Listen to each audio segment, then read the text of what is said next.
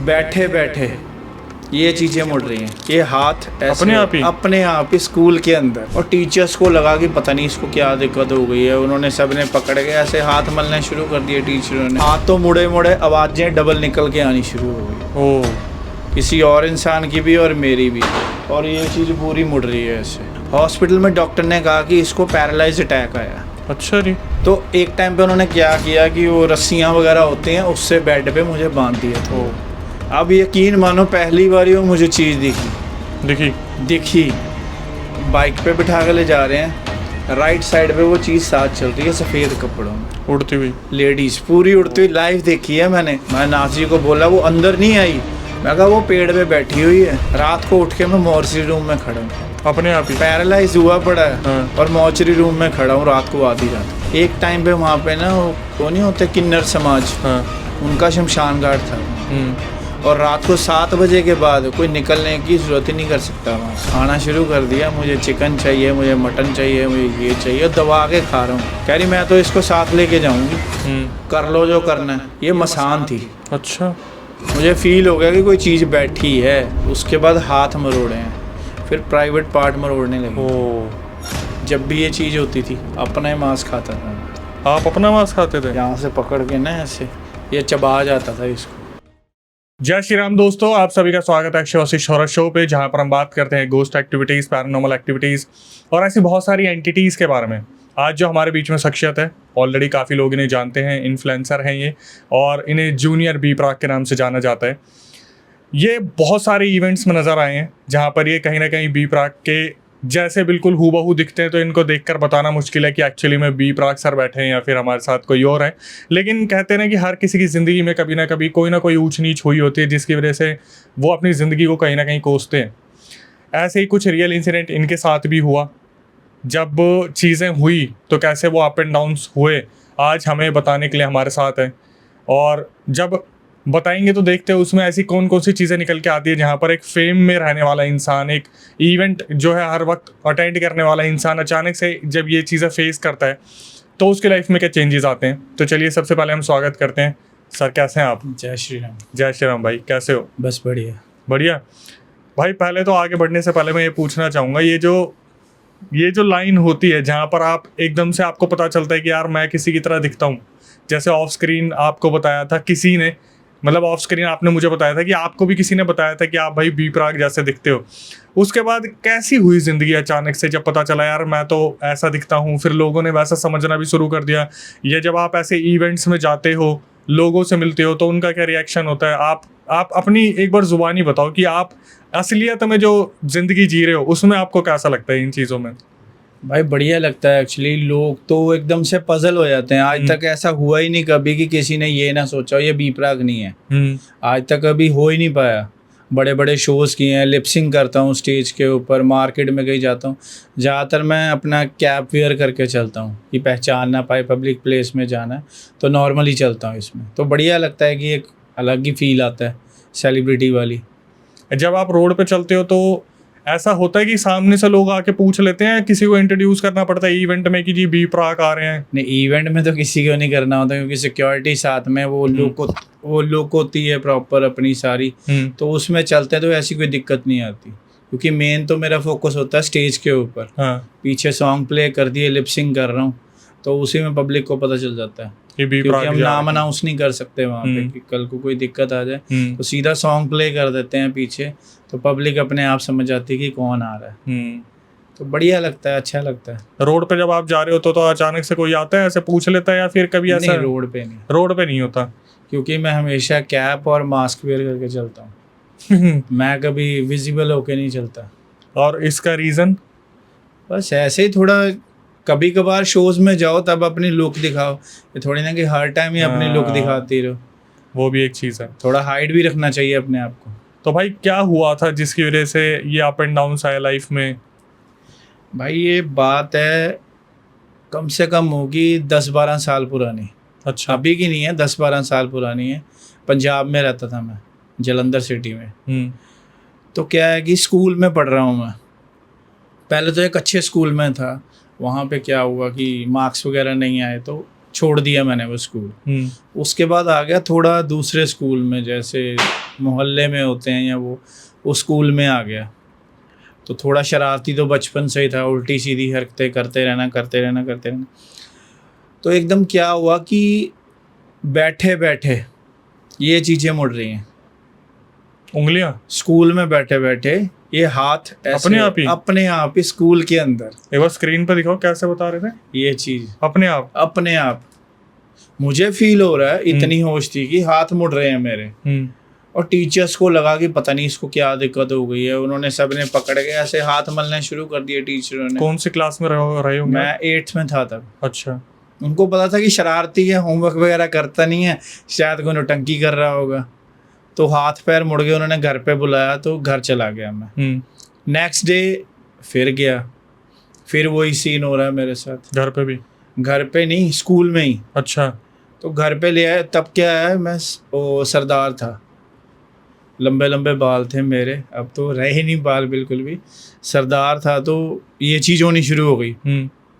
उसके बाद घर पे ले आए घर वाले, रात के टाइम वही चीज़ घर पे हुई मेरे साथ। अच्छा। हाथ पैर मुड़े। ये चीज़ मुझे नहीं याद है, मेरी फैमिली ने मुझे बताई है, क्योंकि उस टाइम तो आपको कुछ याद ही नहीं रहता। देन उसके बाद हाथ तो मुड़े मुड़े आवाज़ें डबल निकल के आनी शुरू हो गई। आवाज़ें डबल आ रही हैं, किसी और इंसान की भी और मेरी भी, और ये चीज़ पूरी मुड़ रही है ऐसे, हाथ पैर मुड़ गए, मुंह छो गया। अब घर वाले तो यही सोचते हैं कि बच्चा बीमार है, हर किसी के माइंड में ये चीज़ नहीं आती पहले कि भाई पता नहीं क्या कर दिया है इसको या कुछ है। तो हमारे रिलेटिव्स को बुलाया, हॉस्पिटल लेके गए। हॉस्पिटल में डॉक्टर ने कहा कि इसको पैरालाइज अटैक आया। अच्छा जी। अब डॉक्टर तो यही कहेंगे, कह रहे जी पैरालाइज अटैक आया है इसको, तो इसको एडमिट रखना पड़ेगा। वहाँ पे होली के नाम से क्रिश्चियंस का चर्च है, हॉस्पिटल है पंजाब में। तो वहाँ गए। वहाँ क्या होता था कि जैसे डॉक्टर आ रहे हैं इंजेक्शन लगाने, तो अब यकीन मानो कि मेरे जितने तगड़े तगड़े बंदे 10-10 बंदे नहीं संभाल पा रहे थे मुझे वहाँ पे हॉस्पिटल। और जब आप सिर्फ 8th में थे? 8th में था, इतनी जान आ जाती थी कि 10 को उठा के फेंकता था। आपको होश? अच्छा, आपको तो खैर याद ही नहीं। बताई गई है सारी बात। तो एक टाइम पे उन्होंने क्या किया कि वो रस्सियाँ वगैरह होती हैं, उससे बेड पे मुझे बांध दिया कि भाई अटैक आ रहा है इसको, पता नहीं क्या आ रहा है। तो जब भी होश में आ रहा हूँ डॉक्टर नींद का इंजेक्शन लगा रहे हैं, जब भी उठ रहा हूँ नींद का इंजेक्शन, कि डॉक्टर को समझ ही नहीं आ रही हो क्या रहा। हफ्ता 10 दिन रखा, फिर किसी ने कहा कि एक काम करो, ये डॉक्टरी सिस्टम नहीं लग रहा, इसको लेके चलते हैं।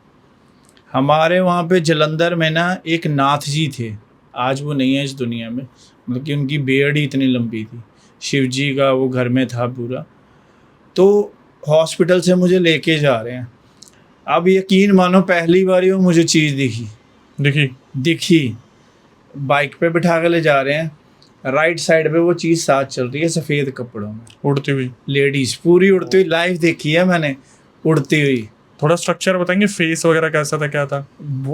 ओल्ड फेस है, वाइट हेयर है और वाइट ही साड़ी पहन रखी है, और वो हंस रही है मेरी तरफ देख के और चलती जा रही साथ।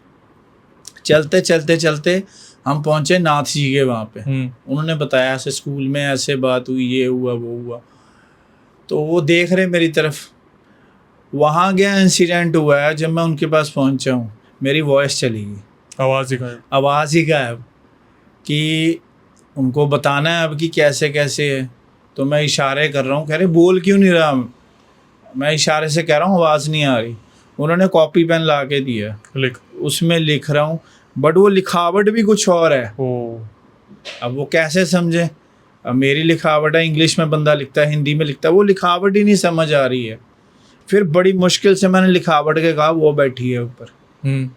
मैं नाथ जी को बोला, वो अंदर नहीं आई, मैं कहा वो पेड़ पे बैठी हुई है।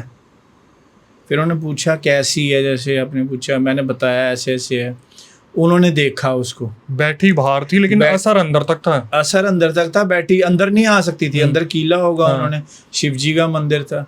तो मैं देखी जा रहा हूँ, उसे देखिए वो हंस रही है, बस कुछ बोल नहीं रही, हंसी जा रही। तो उन्होंने अपना जो किया वो विक्रिया वगैरह की, तो नॉर्मल हुआ, थोड़ा सा नॉर्मल हुआ। घर वाले घर ले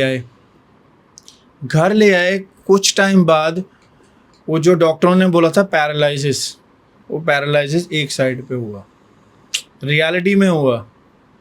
तब ये चीज़ नहीं थी, ये चीज़ नहीं चल रही मेरी, ये चीज़ नहीं चल रही, ये सारी पैरालाइज हो गई। फिर उठा के एडमिट कर दिया हॉस्पिटल। पैरालिसिस हुआ, ट्रीटमेंट चलता रहा हफ्ता 10 दिन। एक दिन रात को क्या हुआ कि नींद में उठा, जो पता नहीं क्या कहते हैं उसको, जहाँ पे मुर्दे नहीं रखे जाते हॉस्पिटल में, मॉर्चरी रूम। रात को उठ के मैं मॉर्चरी रूम में खड़ा हूँ, अपने आप ही पैरालाइज हुआ पड़ा है। हाँ। और मॉर्चरी रूम में खड़ा हूँ रात को, आधी रात को। मुझे नहीं पता मैं कहाँ पे कैसे पहुंचा। नर्स आ गई एकदम से, जैसे घूमती हैं, सर आप यहाँ क्या कर रहे हो, सर आप यहाँ क्या कर रहे हो। तो अलग ही एक गले से साउंड निकला। तो उसने फटाफट जाके स्टाफ को बुलाया अपने को, उन्होंने खींच के मुझे बिठा दिया वहाँ पे। घर वालों को बताया कि ऐसे ऐसे बात हुई है। वो कह रहे बट इसको तो पैरालाइज है, चल ही नहीं सकता। और घर वाले कहाँ थे उस टाइम पर? घर वो रुकने नहीं देते थे किसी को। अच्छा, रुकने ही नहीं दिया हॉस्पिटल में रुकने नहीं देते थे। कह रहे बंदे को तो एक तरफ से पैरालाइज है और चल के बंदा वहाँ पहुँच रहा है। एडमिट रखी छोड़ा उन्होंने। तो हमारे जलंधर में ना एक बगीची नाम है। वैसे भाई नाथ जी ने कुछ नहीं करा था उस चीज? नाथ जी ने थोड़ा बहुत कर दिया था उसका। हाँ। उन्होंने कहा था जब ये प्रॉपर ठीक हो जाए इसका ट्रीटमेंट बाद में करेंगे हम, कि अभी आप इसको घर ले जाओ। आवाज भी आई थी वहाँ पे। तो जलंधर में एक बगीची मंदिर है। बगीची मंदिर का इतिहास ये है कि एक टाइम पे वहाँ पे ना वो नहीं होते किन्नर समाज, हाँ। उनका शमशान घाट था वहाँ। और रात को 7 बजे के बाद कोई निकलने की जरूरत ही नहीं कर सकता वहाँ से। तो वहाँ पे एक बासु पंडित जी थे, आज भी हैं वो वहाँ पे। तो बासु पंडित जी ने उस जगह पे रह के मंदिर बनाया। आज की डेट में बहुत बड़ा मंदिर है। वो पहले पंडित हैं जो उस जगह पे रुके हैं और मंदिर बना रखा है उन्होंने। जो वहाँ पर किन्नर समाज का हाँ, शमशान है। नीचे शमशान है, ऊपर मंदिर बना रखा है। तो घर वालों ने किसी ने बताया कि आप उनसे जाके मिलो, कि ऐसे सारी बात बताओ। उनसे सारी बातचीत करी। बातचीत करने के बाद उनको लाया गया मंदिर हॉस्पिटल में। तो उन्होंने देखा वगैरह सारा। तो उन्होंने कहा कि अगर इसको बचाना है तुम्हें तो इसको छुट्टी दिलवा दो यहाँ पे। बीच में कई घर वाले कह रहे यार डॉक्टरी ट्रीटमेंट चल रहा है, चलने दो, तुम क्यों इन चक्करों में पड़ रहे हो। जैसे कहते हैं रिश्तेदार कि अब चल रहा है ट्रीटमेंट, इसको चलने दो प्रॉपर तरीके से। फिर वही दिक्कतें आ रही हैं कि उठा के मार रहा हूँ, कुछ भी आ रहा है, कोई भी चीज़ हाथ में आ रही है उसको उठा के मार रहा हूँ। तो तंग आके घर वालों ने उनसे बात की। उन्होंने कहा इसको ना शाम के जैसे आरती का टाइम होता है उस टाइम लेके आना। तब क्या था, सरदार था, तो पीछे ना वो बाल बांधे जैसे लड़कियां चुटिया करती हैं। तो लेके गए, उन्होंने एक दिन कोशिश करी, वो चीज़ नहीं आई। क्योंकि आपको पता है जब ऐसी चीज़ें होती हैं ना, ऐसे स्थान पे जाती हैं वो अपना प्रेजेंट नहीं दिखाती, पीछे ही हट जाती है। वो पीछे ही हट जाती हैं, वो प्रेजेंट दिखा ही नहीं रही। वहाँ जाके बिल्कुल ठीक हो रहा हूँ, देन उसके बाद घर जाते ही फिर वही चीज़ हो रही है। तो ये सिस्टम चलता रहा। वो घर पे आते रहे, देखते रहे, सिस्टम नहीं बैठ रहा। फिर क्या हुआ, एक दिन उन्होंने कहा कि एक तरीका करो, जो मेरे घर वालों ने बताया कि जब इस पे एंटिटी होती है ना, जो बाल होते हैं उसको गांठ बांध दो पीछे से, कि जब भी वो एंटिटी आए, इसकी जो चोटी बनाई हुई है आपने उसको गांठ बांध दो। रात को बैठे बैठे वो एंटिटी आ रही है। और होता क्या था कि मेरे जो एक ही सिस्टर है मेरे कज़न, रात को कोई सोता नहीं था मेरे साथ। सबकी फट रही है कि भाई इसके साथ सोए, पता चले रात को ये कोई कांड कर दे। हुआ भी ऐसे, एक बारी मेरा कज़न सोया रात को, तो उसकी छाती पे चढ़ के बैठा हूँ। वो चीखे मार के भाग रहा है कि भाई मुझे नहीं सोना है इसके साथ, इसको अलग ही सुलाओ आप, मुझे इसके साथ रहना ही नहीं। कोई भी कह रहा है कि मुझे सोना ही नहीं इसके साथ, इसको अलग कमरे में करो। रात को क्या हो रहा है, जैसे पंजाब में होता है खुले खुले घर, जैसे दिल्ली में तो फ्लोर है, वो खुले घर हैं। तो वहाँ पे बनेरे बने हैं, जैसे नीचे 5-6 कमरे हैं, ऊपर 2 कमरे हैं। रात के टाइम 2:30 बजे अपने बनेरे पे चल रहा हूँ मैं। ये बनेरा होता क्या है? अब बनेरा हिंदी में किनारे जो होते हैं, जैसे ये आपके बालकोनी होती है उस पे हम बनेरा कहते हैं उसको। अच्छा, रेलिंग को जो, हाँ रेलिंग को हम पंजाबी में बनेरा कहते हैं। बताओ यार। तो उस पे चल रहा हूँ, क्योंकि वो बनेरे चौड़े होते हैं, हाँ। यहाँ तो दूसरे हैं, उस पे चल रहा हूँ मैं रात को, सीमेंट के बने होंगे पूरे। सीमेंट के बने हैं, उस पे घूम रहा हूँ ऊपर चढ़ के कॉर्नर ऊपर चढ़ के कॉर्नर पूरा घूम रहा हूँ मैं, नीचे तो सीधा फिर नीचे तो फिर पता ही है। तो घर वालों ने खींच के बंद कर दिया कमरे में, थोड़े दिन तो मुझे बंद कर दिया, पागलों की तरह बैठा हूँ, वहीं खाना मिल रहा है। और मैं, यकीन मानोगे, मैंने आज तक अंडा नहीं खाया, अंडा नहीं खाया आज तक। मैं चिकन कटता देखता था ना, वॉमिट आ जाती थी मुझे। उस दौरान मैंने सब खा लिया, खाना शुरू कर दिया, मुझे चिकन चाहिए, मुझे मटन चाहिए, मुझे ये चाहिए, दबा के खा रहा हूँ। जिस बंदे ने आज तक कभी टेस्ट नहीं देखा कि जो देखते ही वॉमिट कर देता है, वो खा रहा है। बताओ। जब टू मच बातें होनी शुरू हो गई तो पंडित जी ने बोला, भाई अब करना पड़ेगा, अब इसको लेके आओ।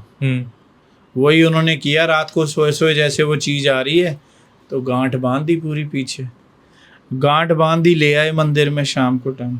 उन्होंने, कहते हैं, नीम की छड़ी ली, नीम का पेड़ होता है, उसकी छड़ी ली और उससे दबा के धुलाई करी, चटाई चट मारने शुरू, चटाई चट। कह रहे कि अगर आम इंसान हो ना तो खिल जाए, अच्छे से खिल जाए।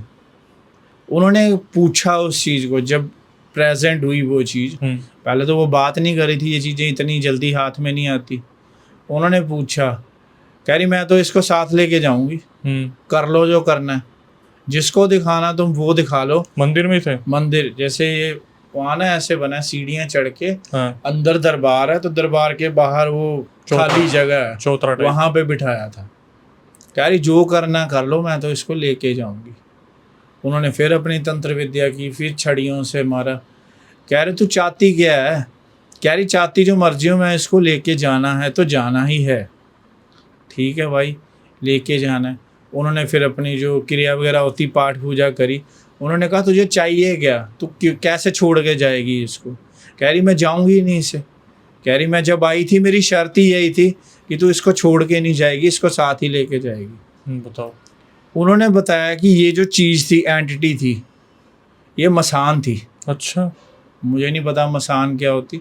उन्होंने बताया ये कब्रों से उठाई जाती है चीज़, जैसे शमशान घाट होते हैं ना, वहाँ से ये चीज़ उठाई जाती है, तो वहाँ से उठाई गई है। उसने सिर्फ इतना बता दिया मैं मसान हूँ। कह रहे तू नहीं जाएगी? कह रही नहीं जाऊँगी, जो करना कर लो।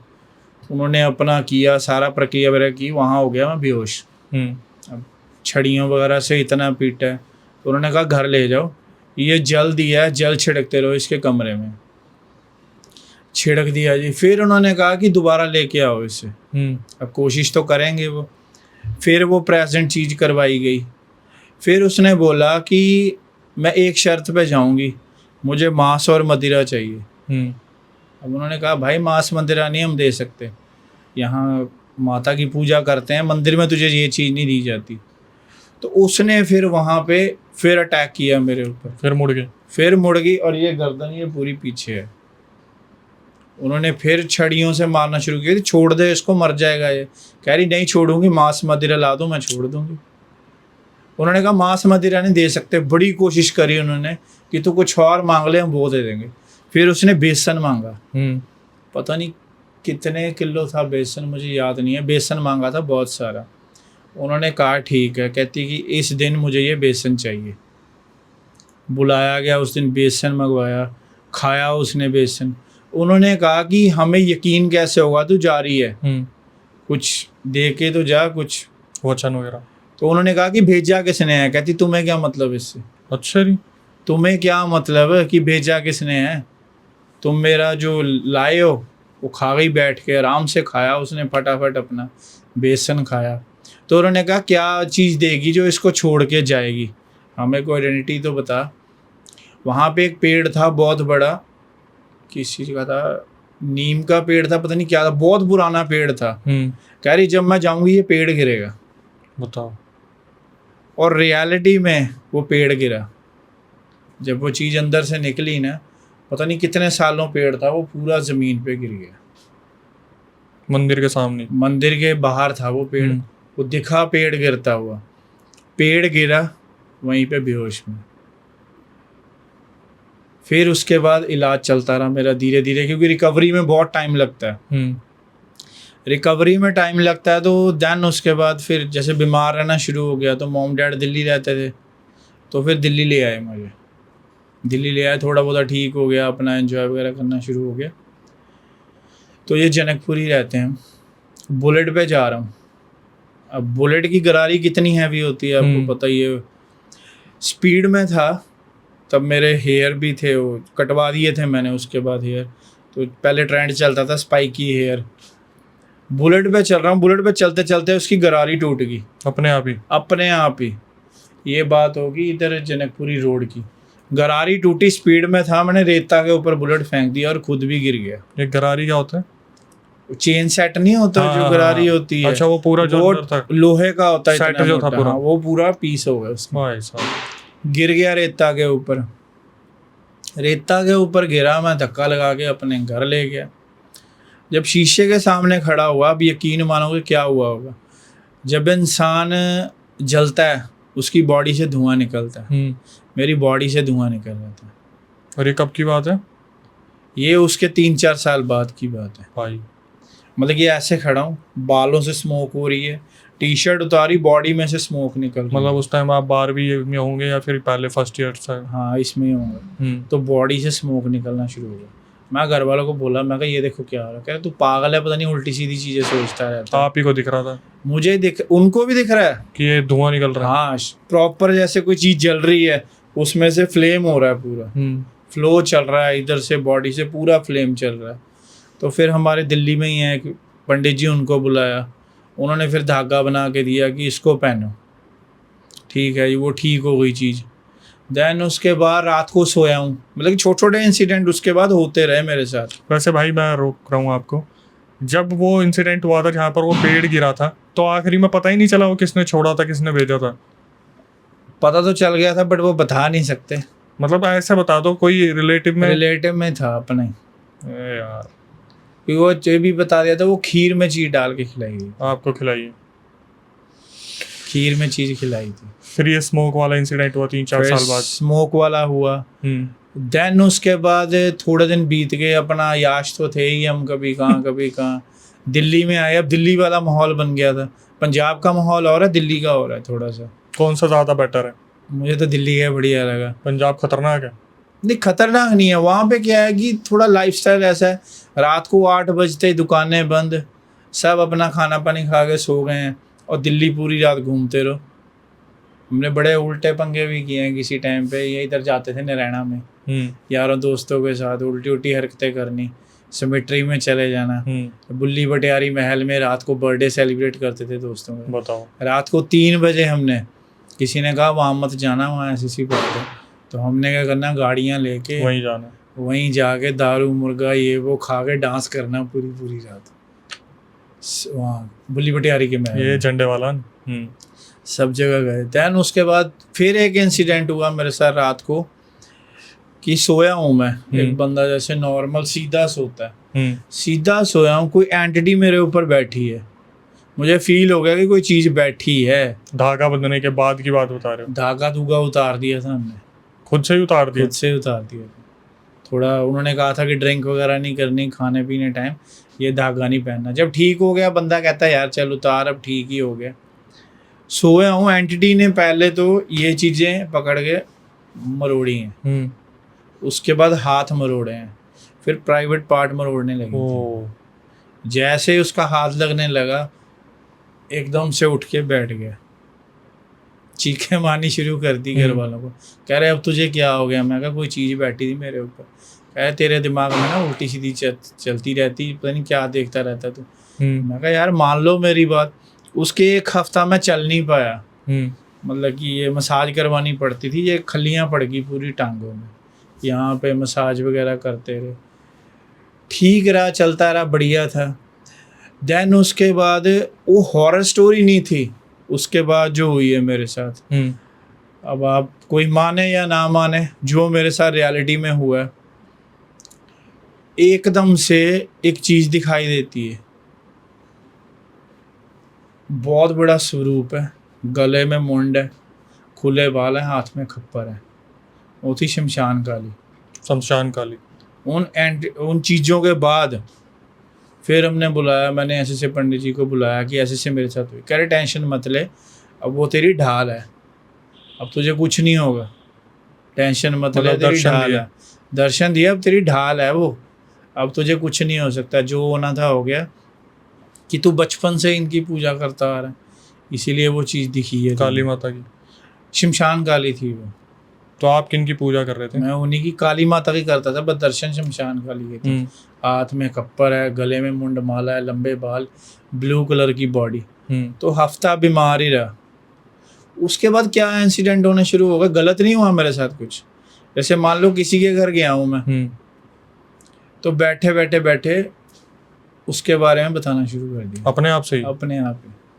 मैं नागपुर में गया, एक हमारे रिलेटिव थे, तो उसकी जैसे फ्रेंड्स वगैरह होती हैं, तो वो मजाक उड़ाते थे लोग कि भाई ऐसे से बात है, ये मेरा कज़न है, ये बता देता है। वो लड़की ने कहा चल आज देखते हैं कि तेरे भाई में क्या है, पूछ ही लेते हैं। तो बैठे बैठे बैठे उस टाइम क्या होने लग पड़ा, ये जो चीज़ होती है ना नीचे, जब भी ये चीज़ होती थी अपना ही मांस खाता था मैं। आप अपना मांस खाते थे? यहाँ से पकड़ के ना ऐसे ये चबा जाता था इसको, अपना मांस चबाता था मैं, और निशान पड़े रहते थे यहाँ पे। कोई चीज आती थी क्या आपके अंदर? चीज नहीं, मांस का वो था ना, उसका भोग। अच्छा अच्छा अच्छा। मांस का भोग था। तो लड़की ने पूछा कि भाई बताओ मेरे बारे में, कि क्या जानते हो, मैं भी तो देखूं क्या जानते हो। तो भाई लड़की ओवर कॉन्फिडेंस थी कि ये क्या बता देगा। मैं कहा चल जानना है तुझे, कहती हाँ। मैं कहा चल बैठ जा सामने फिर। मैं बताया जिस होटल में तू जाती है, जिस बॉयफ्रेंड के साथ तू जाती है ना, तू प्रेग्नेंट भी हुई है ना उससे। उसकी 2 मिनट के लिए आंखें खुली रह गई, इसको कैसे पता। मैं कहा तूने अबॉर्शन भी करवाया 3 महीने पहले। मैं कहा बताऊँ तेरे घर वालों को। वो रोने लग पड़ी, कह रही मेरे घर वालों को मत बताना, वो बॉयफ्रेंड भी मुझे छोड़ के जा चुका। तो ऐसे ही कहीं भी बैठे बैठे शुरू हो जाता था। तो दैन उसके बाद फिर ये चीज़ें हावी होनी शुरू हो गई। जब जैसे दिख रही है चीज़, किसी के बारे में बता रही, तो शादी करनी थी घर वालों ने। फिर उन्होंने बोला कि तुम शादी नहीं कर सकते, अगर इस चीज़ में रहना है ना तुम शादी नहीं कर सकते, तुम्हें ये चीज़ त्यागनी पड़ेगी। फिर हम गए थे काली माता के मंदिर कलकत्ता में, वहाँ पे हवन हुआ। वहाँ मैंने माफ़ी मांगी कि मैं ये चीज़ नहीं संभाल सकता, क्योंकि मैं एक नॉर्मल इंसान हूँ, हम लोग ये चीज़ें नहीं संभाल सकते। तो वहाँ के बाद फिर बंद हो गई वो चीज़। बंद हो गई वो चीज़। एक तरीके से आशीर्वाद मिला था। आशीर्वाद मिला था, लेकिन वही गृहस्थ जीवन चलाना था, जीवन करना है तो ये चीज़ नहीं रख सकते हैं, मुश्किल होता है। मतलब आप शादी नहीं कर सकते, लेकिन मांस मदिरे सब कुछ चलेगी, क्योंकि भोग तो उसी का जा रहा है। भोग तो उसी का। बट ये है कि त्याग दिए। आज भी घर वाले मुझे किसी जागरण में नहीं जाने देते कि निकल आएंगी माता। निकल नहीं आएंगी। वहाँ बैठा हूँ ना, जैसे मुझे आज भी पसंद है। और रियलिटी में अगर घर में मैं काली माता का भजन चला रहा हूँ ना, जैसे वो रण में कूद पड़ी महाकाली, तो मेरी सिस्टर बंद कर देती है। क्यों? कह रही कुछ और सुन ले, तो ये मत सुना कर। कहीं जागरण पे गया हूँ, वहाँ पे काली माता की चल रही है, तो ये चीज़ें भारी शुरू होनी रहती हैं। अगर इस चीज़ के बारे में मैं आज भी करूँ ना, सोचूं, तो ये चीज़ हावी हो जाती थोड़ी बहुत ही। तो इसलिए इन चीज़ों से दूर ही रहता हूँ मैं कि गृहस्थी जीवन में। फिर अब सब ठीक है? नॉर्मल है, अब सही चल रहा है अपना लाइफ। अभी कभी ऐसा लगता है दोस्तों के साथ बैठे बैठे तू मरेगा या कुछ ऐसा? नहीं, ऐसा होता है कि जैसे अब मैंने बताया बुल्ली बटियारी का महल, तो दोस्त मुझे स्पेशल लेके जाते हैं ऐसी जगहों पे कि कुछ होगा तो तू हमारे साथ है, तू अपने। हाँ, उस टाइम पे क्या होता था, नागपुर में जैसे मैंने बताया आपको रहने गया था, तो मेरी कज़न थी, तो उसके साथ मैं एक जगह पे गया, वहाँ ना नदी है बहुत बड़ी, तो वहाँ खाली रूम है एक, तो हम वैसे ही कहती चला तुझे घुमा के लाती हूँ। वो जैसे रूम में घुसा, सामने लड़का लड़की लटके हुए। ओह अच्छा। तो वो कह रही तुझे कैसे पता, पागल है तू, कुछ नहीं है यहाँ पे।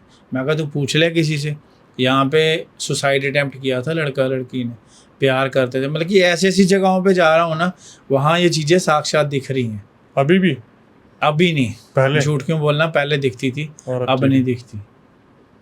कौन से चक्र एक्टिवेट हो गए थे आपके? ये नहीं पता क्या हुआ था कि कहीं भी बैठा बताना शुरू कर दिया, यहाँ डेथ हुई है किसी की, यहाँ एक्सीडेंट हुआ, हर चीज़ मतलब कि दिखनी शुरू हो गई थी शरेआम। बुल्ली बटियारी में ले गए, वहाँ एंजॉय कर रहे हैं अपने, वहाँ भी मैंने देखी। पर मैंने दोस्तों को बोला, मैं कहा भाई इन चीज़ों को मत छेड़ोगे तो अच्छा रहेगा। तो क्या दिखा वहाँ पे? वहाँ पे क्राउडेड थी कोई चीज़, सिंगल चीज़ नहीं हम कह सकते। मेरे को एक इंसिडेंट अभी आया भुवाली भटियारी का, वहाँ पे बता रहे हैं कि पुलिस वालों ने इस चीज़ को खुद से बोला कि हम यहाँ पे इसलिए नहीं आते क्योंकि अंदर जिन का बसेरा है, बहुत सारे जिन रहते हैं वहाँ पे। जिन, अब जिन की एक शक्ल तो देखी नहीं किसी ने, जिन की कैसे, हमने तो टीवी में देखा वो उसमें से निकलता है जिन, वो छोटी सी करी होती, वो नहीं, बट कुछ क्राउड था वहाँ पे। वही मैं कह रहा हूँ ना, बहुत सारी एंटिटीज हैं वहाँ पे जिनको पुलिस वालों ने बोला कि हाँ। यहाँ पर क्योंकि है। हमें भी नहीं जाने दे रहे थे पुलिस वाले। फिर हमने वहाँ कोई सेटिंग करके रात को 2:30-3 बजे हम एंटर हुए वहाँ पे। जैसे अब तो वो चेंज हो गया, अभी मैं थोड़े दिन पहले गया था, अब थोड़ा इंटीरियर चेंज कर दिया उन्होंने। पहले क्या था, गाड़ी सीधी गई अंदर जंगलों से निकल के, जो महल बना हुआ है ना वहाँ पे, लॉक लगा हुआ है, उसके आगे खाली ग्राउंड है, उस खाली ग्राउंड में हम लगाते थे। तो एक चीज़ और है वहाँ पे कि अगर कोई एंटिटी है ना, वो आपके साथ बाहर नहीं आ सकती। आप तो गए होगे शायद, जा रखा हूँ कि जो आउटसाइड है ना, वहाँ पे भी बजरंगबली की एक मूर्ति रखी हुई है। वो तो जानबूझ के उधर वो करी हुई है कि वो चीज़ अंदर ही रहे, अंदर से बाहर ना आ पाए। तो ये चीज़ें हैं, कुछ लोग मानते हैं, कुछ लोग नहीं मानते भूत प्रेत पे, बट मैं तो मानता हूँ, मैंने देख रखी है अपने। एक्चुअली वहाँ की कुछ स्टोरी अलग है। वो कहते हैं कि वहाँ पर पहले भुवाली नाम की एक औरत रहा करती थी, और ब्रिटिश जो टाइम था वहाँ पर जो राजा महाराजा उस टाइम हुआ करते थे, वो वहाँ पर भुवाली जो पूरा महल है उसमें वो रेस्ट करने आते थे जब किसी लॉन्ग रूट पे निकलते थे, वो कहीं दौरा होता था बहुत दूर का। तो ये उनके लिए एक ऐसी जगह थी जहाँ पे वो आराम करना पसंद करते थे। एक दिन बताते वो जो भुवाली थी वो किसी काम से निकली जंगल में, और वो कभी वापस आई ही नहीं, वो मिली ही नहीं। तो उसे भटकते हुए बोल दिया कि भुवाली भटियारी, भटक गई वो वहाँ पर। फिर धीरे धीरे वहाँ पे ये इंसिडेंट बढ़ने लगे, जहाँ पर कहते थे कि वो एंटिटी दिखती है। कहीं ना कहीं किसी ने छेड़छाड़ करी, उसके आसपास पहले एक मैरिज मतलब फंक्शन का वहाँ पर बहुत सारा इंतज़ाम भी हुआ था। तो जब हम वहाँ पर गए थे भुवाली भटियारी में, तो हमने भी कहीं जुगाड़ वगैरह लगाए थे। उस टाइम पर वो न्यूली दोबारा कंस्ट्रक्ट हो रहा था। तो वहाँ जो गार्ड थे उन्होंने हमें बताया था, हालांकि हम उसे रिकॉर्ड नहीं कर पाए। गार्ड ने बताया कि यहाँ पे फंक्शन हो रहा था, और जो लड़की थी वो बहुत सुंदर थी, उसने बहुत ज़्यादा मेकअप कर रखा था, परफ्यूम बहुत लगा रखा था। तो वो जो एंटिटी थी वो अचानक से उसके अंदर आ गई थी, जो लड़की थी ब्राइड के अंदर, और उस लड़की ने बोलना शुरू कर दिया था कि मैं भुवाली हूँ जो भटक गई थी, इसके अंदर आ गई हूँ, मैं बार बार बोल रही हूँ इस इलाके में मत आया करो, मत करा करो। बहुत कुछ हुआ था वहाँ पे। बट एक चीज़ और भी सुनी है मैंने वहाँ पे, ये तो है, कह रहे कि वहाँ पे कुछ टाइम पहले एक थिएटर होता था। पता नहीं, शायद हो, काफ़ी टाइम पहले।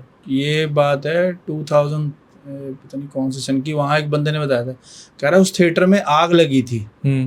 आज नहीं, ब्रिटिश टाइम पे थिएटर भी था वहाँ पे एक, तो वहाँ लोग जल के मर गए थे सारे। हो सकता है, अब अपनी अपनी जगह की अलग अलग कहानी है। क्योंकि मैंने जो चीज़ें वहाँ पे नोटिस की है, जो वो एंटिटीज थी वो थी भी फॉरेनर। अच्छा, फॉरेनर थी, शक्ल पता चल जाती है, वो देख रही हैं कि हम एंजॉय कर रहे हैं, बट वो छेड़ेंगी नहीं जब तक आप उनको आगे पिन नहीं करोगे। हमने अपना गाना वगैरह लगाए, डांस कर रहे हैं, एंजॉय कर रहे हैं, तो सुबह 5 बजे आ गए बाहर। दोस्तों को बता देता ना एक बार, उनको फील हो रहा था, लग रहा था भाई ये देख आवाज़ें आ रही इधर, नेगेटिविटी, भाई ये देख आवाज़ें आ रही इधर से। तो वो कह रहे थे फटाफट चलते हैं, नेगेटिविटी है वहाँ पे। चलो, मतलब हमारे पास जो रियल इंसिडेंट आया वो सही आया है। उसमें लड़का यही बता रहा है कि वो घुस गए रात को भुवाली भटियारी में, और जो आगे पीछे उनका जंगल था वहाँ पर रात को पहले उन्हें आवाज़ें आई। उसके बाद जो है पता चला, जो पुलिस वालों ने बोला कि पूरी जिन की नगरी अंदर बहुत सारे जिन रहते हैं यहाँ पे, पर उन्हें आवाज़ ही आ रही थी, उन्हें नहीं दिखा कोई। साउंड आता है, अलग अलग साउंड भी आते हैं। तो है ऐसी चीज़ें, ये कलयुग है, कलयुग में तो ये चीज़ें हैं ही हैं। मेरे को इस चीज़ से अफसोस हो रहा है कि पूरा इंसिडेंट यहाँ बता दिया, अब हमारी एक स्टोरी खत्म हो गई जो बतानी थी। चलिए अब आते भाई, वो जो दूसरा किस्सा आप बता रहे थे। दूसरा किस्सा है मेरे एक दोस्त का। हाँ, मेरे साथ ही रहता है, हम उसका नाम नहीं बता सकते, नाम ही कुछ और रख दो, रौनक रख दो, रौनक रख देते हैं। तो रौनक क्या है, एक बढ़िया जॉब करता है इंटरनेशनल कंपनी में, बढ़िया जॉब चल रही है उसकी, बंदा फुल याशी, जिम कर रहा है, क्लबों में जा रहा है, फुल मस्ती कर रहा है। तो उसका रिश्ता हो गया, रिश्ता हो गया, तो उसने कहा कि भाई मेरा ऐसे करके रिश्ता हो गया, चलना है। हमने रोके पे चले गए। तो जब गए ना, तो लड़की आई, तो लड़की ने, जैसे ये दोस्त हमारे साथ खड़ा था दोस्तों के साथ, तो वो लड़की ने ना इसे ऐसे इशारा किया इधर आ जा। मैं गुस्से में, अभी रिश्ता भी नहीं हुआ, कुछ नहीं अच्छा जी। हुआ, गुस्से में इधर आ जा। तो जब रोका वगैरह करके आया, मैं दोस्त को बोला, मैं कहा भाई सोच ले, मुझे सही नहीं लग रहा कुछ। वार्निंग दे दी थी आपने? वार्निंग दे दी, नहीं यार ऐसे नहीं है, वो पहली बार मेरी है। शादी का है अलग ही बंदे का होता है कि भाई शादी हालांकि हो रही, जुनून है। पता नहीं क्या हो रही है। ठीक है, ये शादी वगैरह हो गई उसकी, बढ़िया चलता रहा। तो काफ़ी टाइम हम मिले नहीं। जैसे मैं कि शादी अपने- के बाद अलग हो जाते हैं। शादी अपने के बाद अपने- उसकी एक पर्सनल लाइफ होगी, हाँ। वाइफ को ही घुमाना, पहले हमने घूमना इकट्ठों ने, तो उसके बाद अब वाइफ के लिए टाइम। रहते आस पास ही थे, थोड़ी दूरी पे, तो काफ़ी टाइम बाद मैं भी अपनी लाइफ में बिजी था, एंजॉय कर रहा था। तो एक बार ही मिला वो जो बंदा की अच्छा बिल्डअप शरीर, सप्लीमेंट खाने, बढ़िया खुराक खानी, खा खू के बिल्डअप था। और जब मैंने उसकी हालत देखी, मैं कहा तुझे क्या हो गया? मैं कहा ये शादी के साइड इफेक्ट है। कितने टाइम का गैप हो गया था मिले हुए?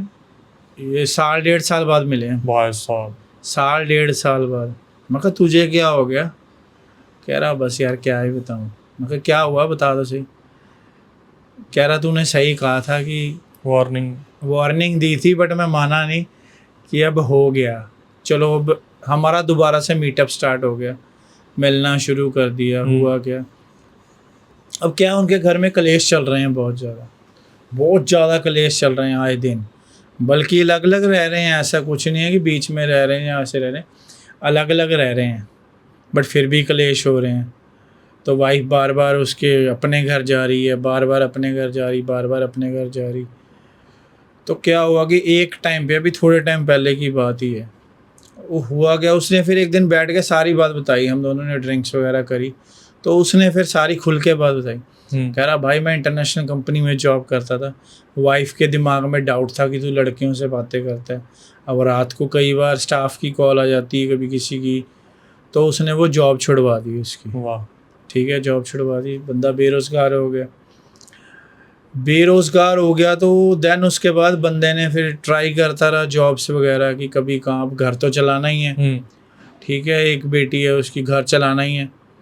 चलाते उसको एक जगह जॉब मिली, तो जैसे ये चिकन शॉप्स होती हैं, तो वहाँ लग गया वो, चलता रहा बढ़िया, उस बंदे ने काम करता रहा उसके साथ।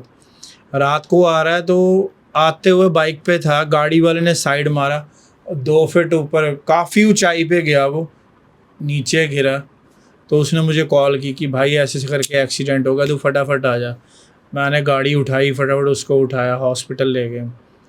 तो वहाँ डॉक्टरों ने नॉर्मली ट्रीटमेंट करके भेज दिया। बाद में पता चला कि उसकी ये जो चीज़ थी ना, हाथ की, राइट साइड की, हाँ। वो पूरी फ्रैक्चर हो गई थी। और डॉक्टर को ये पता नहीं हड्डी- चला? नहीं, डॉक्टर ने तो वैसे कहा, गर्म पर वो कर दी कि हुआ होगा, मांस फटे गया होगा, कुछ होगा। वो तो एक्सरे वगैरह कराए, उसमें फिर चीज़ ये सामने आई। भाई बंदा परेशान, फिर उसके रेगुलर टच में हो गए। देन क्या हुआ कि जैसे बंदा अपने नीचे फ्लोर पे बैठा है, अब वो मम्मी उसकी कह रही चल तू ऊपर आ जाएगी, कोई देखने आता तो तेरी टेक केयर तो कर लूँगी। उस बात पे भी कलेश हो रहा है घर में कि तू ऊपर क्यों जा रहा है मदर के पास अपने, तू मेरे पास रह। हर चीज़ में मतलब ये क्लेश, की उसका ब्रदर है उसके साथ क्लेश, सिस्टर के साथ क्लेश, उल्टी सीधी चीज़ें, कि वो ख़त्म करने की बात कर रहा है अपने आप को, जैसे पागलों की तरह हो गया है कि मुझे कुछ अच्छा नहीं लग रहा है, कुछ नहीं है तो मुझे पसंद नहीं है, या तो मैं भाग जाऊंगा कहीं पे कुछ। मैं कहा यार दिक्कत क्या है तेरे को, हर घर में क्लेश होते हैं, कोई घर तो दिखा दे ऐसा जिसमें क्लेश नहीं है। तो एक हमारे उधर है, उनसे झाड़ा वगैरह करवाया मैंने उनका, फिर 1-2 जगह और गए। अब क्या है कि उसने कोर्ट केस करा हुआ है इस पर, उस लड़की ने कोर्ट केस करा हुआ है कि मुझे इसके साथ रहना ही नहीं है, जो करना है कर लो। लेकिन डिमांड तो कर रखी होगी। डिमांड भी है कि इतना अमाउंट चाहिए और हमें घर भी लेके दो। अब वो बंदे की जॉब छूट गई, हाथ फ्रैक्चर हो गया, बंदा कुछ नहीं कर पा रहा, तो क्या करेगा बंदा, तो वो बंदा दिक्कत में होगा। फिर एक जगह हम लेके गए उसको, काली माता के मंदिर है एक जगह, उन्होंने देखा वगैरह, सब कुछ देखा। फिर उन्होंने 2-3 दिन बाद हमें बुलाया, उन्होंने बताया, उन्होंने जो जो बातें बताई ना, वो इंडिकेशन पहले ही था। कह रहे कि जब तुम्हारा रिश्ता हुआ था, लड़की वालों ने रिश्ता इसीलिए किया था कि तुम्हें लूटने के लिए, बताओ कि ऐसी सी क्रिया कर रखी है तुम लोगों के ऊपर कि तुम निपट ही जाओ, तुम नहीं, तुम्हारी मम्मी भाई बहन सारे सब बर्बाद हो जाएं। कि तुम जब रिश्ता करने गए थे तब भी वो चीज़ शुरुआत हो गई थी, वहीं से ही पहले दिन से शुरुआत हो गई थी। जब तुम लड़की वालों को देखने गए थे, उन्होंने देखा लड़के की अच्छी सैलरी है, 45-50 हज़ार कमाता था सैलरी, कि बढ़िया है लड़का, कि इसे लूटना है, कि ये हमारे वश में आ जाए लड़का।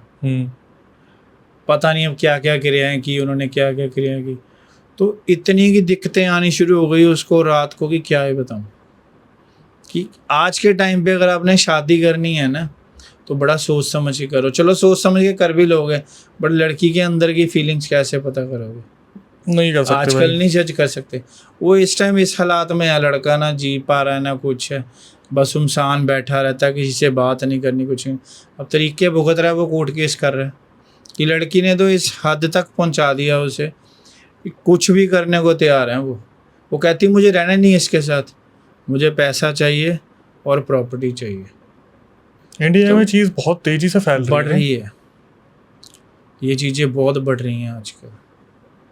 समझ नहीं आ रहा क्या होगा। इसीलिए तो हर बंदा डरता है शादी करने से, कि भाई शादी तो छोड़ो, आजकल तो सगे दोस्त जो साथ बैठते हैं वो भी जेलसी करते हैं। अगर हम हाइप में आ गए, आप हाइप में आ गए, दूसरे ने कह दिया इसको नीचे कैसे गिराना है। बट एक चीज़ देखिए, आजकल उल्टा करने वाले बहुत मिल रहे हैं। सीधा करने वाला आपको एक भी नहीं मिलेगा, उल्टे करने वाले आपको बथेरे तांत्रिक मिल जाएंगे, ये मिल जाएंगे।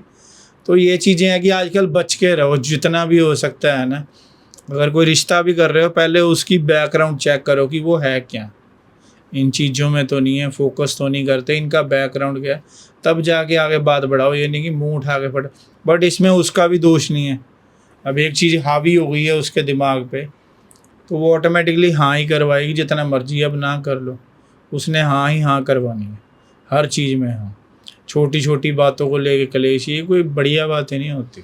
वैसे एक चीज़ देखी गई है कि हमारे यहाँ पे जितने भी लोग आते हैं, जब वो चीज़ें बताते हैं ना, तो कहीं ना कहीं ऐसा होता है कि आप शांत हो तो आपके घर परिवार में कोई एक ऐसा इंसान होगा जो छोटी छोटी बातों में साला नमक मारेगा, आग लगा देगा उसे पूरे घर में। बस यही चाहेगा कि कहीं ना कहीं इनके कलेश होते रहे 24 घंटे कलेश ही चलता रहे घर में। अगर चाय में चीनी कम है तो कलेश, दूध में चीनी ज़्यादा है तो कलेश। मतलब कि बातों के लॉजिक ही नहीं है, उन बातों पे कलेश हो रहे हैं बेमतलब में। किसी बात का लॉजिक तो हो भाई, इस वजह से जा रहे हैं, उस वजह से जा रहे हैं, कोई लॉजिक ही नहीं है। तो समझ नहीं आ रहा आजकल क्या हो रहा है क्या नहीं हो रहा है। तो कुछ ऐसा भी होता है कि उस भाई के साथ कुछ एंटिटीज की प्रॉब्लम है, कुछ उसे पता चलता है कि हाँ खुद दबाव में है, पता चल जाता है। कई बार दबाव पड़ते हैं उसको, रात को दबाव पड़ते हैं, वो बीमार ही रहने लग पड़ा है। सबसे बड़ी बात है, हर टाइम कभी इधर दर्द हो रही, कभी इधर दर्द हो रही। उसकी मम्मी बीमार रहती है, भाई बीमार, फैमिली में कोई ठीक नहीं है आज के टाइम पे। बस एक चीज़ समझ में आ रही है, जिस तरीके से आपने अपना इंसिडेंट बताया और उनका इंसिडेंट बताया, तो उनका इंसिडेंट बताते हुए आप ज़्यादा इमोशनल लग रहे हो। तो क्या है कि अब इतने बंदों के साथ पास जा चुके हैं। अभी थोड़े दिन उसने मुझे बताया नहीं, मुझसे चोरी, भाई मैंने नेट पे देखा, वहाँ वो बाबा थे, उनसे बात करी, उन्होंने इतने 40,000 ले लिए, 50,000 ले लिए। मैं कहा तू पागल है, कहाँ भटकता जा रहा है तू। आज की डेट में बंदा क्या है, कुछ भी नहीं है उसके पास, ना जॉब है, ना पैसा है, ना कुछ है, एक तरह से बर्बाद ही है वो। हाथ जोड़ के रिक्वेस्ट है भाई, हाथ जोड़ के रिक्वेस्ट है, जिनकी हो गई उनका तो कुछ कर नहीं सकते, लेकिन जिनकी नहीं हुई, जो लोग सिंगल हैं, कहीं ना कहीं अपने लिए कोई पार्टनर ढूंढ रहे हैं, वो बहुत बड़ा सबक ले सकते हैं, बहुत बड़ा सबक। कि खासकर लड़के जो लड़के होते हैं ना, उनकी जात को मैं समझा रहा हूँ, क्योंकि मैं भी उस दौर से निकला हूँ कि जब आप सिंगल होते हो ना, तो आप यूँ सोचते हो कि कोई तो बात करने वाला मिल जाए, कोई तो हो जिससे बात हो जाए। लेकिन उस दौरान आपसे जो गलती होती है ना, आप एंडे बैंडे पैंडे किसी को भी साथ में ले लेते हो, ये नहीं देखते कि आगे जाके शायद कोई अच्छा भविष्य लिखा होगा। और जल्दीबाजी में जो ये डिसीज़न होते हैं ना, शादी के, मोहब्बत के, भाई आप नहीं जज कर सकते। आने वाले 5-10 दिन, 15 दिन, 1 महीना, 2 महीने में जज नहीं कर सकते। और ये सिर्फ लड़कों के लिए नहीं है, लड़कों का तो मैंने बिहेवियर बता दिया, लेकिन जो लड़कियां हैं जो बहुत जल्दी में रहती है कि यार हो जाए, एक ब्रेकअप हुआ है तो उसके बाद सीधा डिसीजन ले लिया अब तो मैं शादी ही करूँगी। आपको ना थोड़ा सा देखना चाहिए, समझना चाहिए। कैसे जज करोगे? अपने पेरेंट्स से एडवाइस लो, अपने जो समझदार दोस्त हैं उनसे एडवाइस लो, जो ऑलरेडी शादीशुदा उनसे एडवाइस लो कि कैसे पहचान हो सकती है। जल्दीबाजी में अपना कटवा मत लेना, ये एक बहुत बड़ी एडवाइस है। मैं तो हमेशा यही कहूँगा कि ये कम उम्र में शादी या जल्दीबाजी में शादी या ये जो प्यार मोहब्बत वाली चीज़ होती है, मैं ये भी नहीं कहूँगा लव अरेंज क्या है क्या नहीं है भाई, अब तो हर तरफ ही बच के रहना पड़ेगा। क्योंकि एक चीज़ को देखना, अब ऐसा नहीं रहा कि आप जिससे मोहब्बत कर रहे हो, आप जिससे प्यार कर रहे हो, उसी से आपकी इन्वॉल्वमेंट होगी है। दो परिवार आपस में मिलते हैं, और जब दो परिवार मिलते हैं और दोनों में इन्वॉल्वमेंट होती है, शुरू डे 1 से ही पता चल जाता है कि किसकी कितनी इज्जत है नहीं है, सब समझ में आ जाता है। जैसे कि भाई ने बताया कि वो लड़की ने पहले दिन ही इशारे से बोला इधर आ जा, भाई वहीं से ही समझ में आ मैंने गया उसको 1000 बारी बोला, मैं कहा छोड़ दे, लड़कियों की कमी नहीं है। नहीं कह रहा भाई ठीक। कहीं ना कहीं तो परिवार वाले और भी बात कर लेते, करवा देते, कुछ ना कुछ होता है। ये लव तो नहीं तो थी ना? कोशिश भी किया उन्होंने क्या कि इसका नाम है, इसको रोकने की, रौनक को इसको रोकने की कोशिश की। घर वालों ने करी थी कोशिश करते थे, पूरा मूड बना के गए घर से कि मना कर देना है। अच्छा, बाद में जब आप बता रहे हो, हाँ, जब अलग वहाँ जाते ही फिर उसी की बात। ठीक है, ठीक है, सब ठीक है। मतलब आप ये बताना चाह रहे हो कि जब शादी हो गई उसके बाद फिर जब नहीं, ये इंसिडेंट है, मैं बताना भूल गया। हाँ, जब रिश्ता हुआ था सबने मना किया, तो इन्होंने मूड बना लिया कि चलो मना कर देंगे, आज मना करने चलते हैं। वहाँ जाते ही फ्लैट, ठीक है जी, जैसे आप कह रहे हो। अरे तगड़ा, वही ठीक है। और सबसे बड़ी बात है, जो मेरा दोस्त था, उसका कुछ काफी टाइम पहले था, कुछ उसको एक लड़की से काफी अच्छी फैमिली की थी लड़की, बिजनेस लड़की थी। तो इन्होंने एक दूसरे को प्रपोज किया, तो उसने कभी हाँ नहीं करी। इधर इसका रिश्ता हुआ, उधर से शाम को लड़की की कॉल आ गई, मैंने अपने पेरेंट्स से बात कर ली है कि शादी के लिए। कह रहा अब भाई कुछ नहीं हो सकता, अब तो मेरा रिश्ता हो गया। यार देखो भाई, इस चीज़ को समझो। अगर आपको ना ऐसा लग रहा है कि सामने वाला बंदा ठीक नहीं है, तो यार मना करना सीख लो। ये ना बहुत बड़े बड़े जितने भी सेलिब्रिटीज़ होते हैं, जो बहुत मैच्योरिटी के साथ बंदे बोलते हैं, वो यही बोलते हैं कि भाई मना करना सीख लो। अगर आपको लग रहा है कोई चीज़ गलत है, तो बस अपने रिलेशन बनाने के लिए या सुधारने के लिए हाँ मत करो। ये हर किसी के लिए एडवाइस है, चाहे कोई पेरेंट्स इस पॉडकास्ट को देख रहे हैं, बच्चे देख रहे हैं, या फिर कोई टीनेजर यंगस्टर कोई भी देख रहा है, मना करना सीख लो। अगर आपको लग रहा है नहीं ये वक्त सही नहीं है किसी भी चीज़ के लिए, उस टाइम मना कर दो। बाद में ये जो शादी वाला डिसीजन है ना, आप मना भी नहीं कर सकते आप। भाई देखो मैं सच बताऊं, अगर आपका माइंड ही ब्लॉक कर दिया है, आपको कोई होश ही नहीं है, फिर तो सिचुएशन ही बदल दी ना। फिर क्या करोगे? सारे जज्बात ही बदल दिए फिर क्या करोगे? वो अब तो वो समझ में भी आ रहा है ना कि मना करने के लिए गए हैं और घर में जाके फिर सब कुछ सही। बट आगे टाइम जो लोग वीडियोस देख रहे हैं, उनको ये चीज सोचना चाहिए, अगर ये इंसिडेंट हो रहे हैं कुछ, तो उनको कहीं से बात कर लेनी चाहिए। इंडिकेशन मिल रहा है, कहीं ना इंडिकेशन ही मिल रहा है कि घर से पूरा मूड बना है कि आए तो खत्म ही कर देना है, और वहां जाते ही तुम यस कह रहे हो। ओ भाई, तो इस चीज को समझ लेना चाहिए कि भाई कुछ ना कुछ लोचा है, तो थोड़ा रोकथाम करनी चाहिए। भाई एक ज़बरदस्त पॉडकास्ट जहाँ पर आपको हमने कोशिश की कि कुछ ऐसे इंसिडेंट बताएं, कुछ ऐसी सीख दें। तो अब तो मैं क्या बताऊँ, ये तो बहुत कॉमन हो गया कि रिलेटिव का हाथ तो हर जगह कहीं ना कहीं निकल जाता है, चाहे खीर हो, ब्रेड पकौड़ा हो, उसकी इंसान के क्या क्या लगा देते हैं, आप समझ सकते हो। बट फिर भी मैं ये कहूँगा कि भाई जूनियर बी प्राक हैं जो हमारे साथ जुड़े हैं, और इनका इंस्टाग्राम पूरा हमने मेंशन किया हुआ है डिस्क्रिप्शन में, तो आप जाके उसे फॉलो कर सकते हो। अगर आप जानकारी लेना चाहो तो उनसे बातचीत कर सकते हो, कोई इवेंट में आप बुलाना चाहे तो भी बुला सकते हो। और मैं एक चीज़ बताना भूल गया था कि भाई टैटू आर्टिस्ट भी हैं, तो टैटू से रिलेटेड कोई इंक्वायरी हो वो भी आप पूछ सकते हैं। दिल्ली में जनकपुरी में रहते हैं, इवेंट में जाते हैं, तो आपको लगे कभी इवेंट में बुलाना है तो आप बुला सकते हो। इसी के साथ मैं ये कहना चाहूँगा कि ऐसे अच्छे पॉडकास्ट के बाद मेरी आपसे क्या ही रिक्वेस्ट होती है कि भाई अब जब यहाँ तक आ गए हो, तो नए व्यूअर्स जो आए हैं चैनल पे, उनसे रिक्वेस्ट है यार चैनल को सब्सक्राइब कर लो, बेल नोटिफिकेशन ऑन कर लो, ताकि ऐसे अवेयरनेस जो है आपके पास आती रहे, ऐसे गेस्ट हम लेके आते रहें। हमारा भी मोटिवेशन कहीं ना कहीं बना रहता है, क्योंकि आप ही की भारी डिमांड पर हमने एक नया पॉडकास्ट चैनल स्टार्ट किया जिसका नाम है अक्षय वशिष्ठ हॉरर शो। तो अगर आप चाहते हो कि मैं सिर्फ पॉडकास्ट वहीं अपलोड करूँ, तो जाके उसे जल्दी से जल्दी जितना हो सके सब्सक्राइब कर लो, नोटिफिकेशन के लिए बेल आइकन ऑन कर लेना। और सबसे मज़े की चीज़, गेस्ट तो आते ही हैं, सब्सक्राइबर को भी हमने बुलाना स्टार्ट कर दिया। तो उसकी पूरी प्रक्रिया मैं आपको बता देता हूँ। जो स्क्रीन पे और डिस्क्रिप्शन पे आपको नंबर दिख रहा है, उस पर पूरा रियल इंसिडेंट अपना रिकॉर्ड करके भेज दीजिए और नीचे मेंशन कर दो कि अक्षय भाई हम पॉडकास्ट में आना चाहते हैं। दिल्ली में हमारा सेंटर है, आपको बुलाया जाएगा, टीम एक बार रिव्यू करेगी, फिर आपको कांटेक्ट करेगी, आप आके इसी तरीके से पूरा रियल इंसिडेंट बता सकते हो। कहीं ना कहीं दूसरों को तो सीख मिलेगी उस चीज़ की। फिर यही कहूँगा, कभी आपके साथ कोई पैरानॉर्मल इंसिडेंट हुआ हो तो आप उसे रिकॉर्ड करके भेज सकते हैं, मैं अक्षय वशिष्ठ उसे नरेट करूँगा अपनी आवाज़ में। और जो इंस्टाग्राम यूट्यूब का आप प्यार दे रहे हो उसके लिए बहुत बहुत शुक्रिया। इसी तरीके से आपको फेसबुक को देना है, जाके डिस्क्रिप्शन में लिंक उठाइए, फॉलो कर लीजिए जाके उसे। और फिर आखिरी में ये कहूँगा, भाई जितनी सीख दे रहा हूँ प्लीज़ थोड़ा सा सुन लिया करो, समझ लिया करो, और फिर आगे भी शेयर कर दो उनके पास जो सिंगल बैठे हुए हैं, कि उनको भी कहीं दिमाग में जाके टकरा जाए। तब तक के लिए, नई वीडियो नए पॉडकास्ट आने तक के लिए stay tuned with the channel.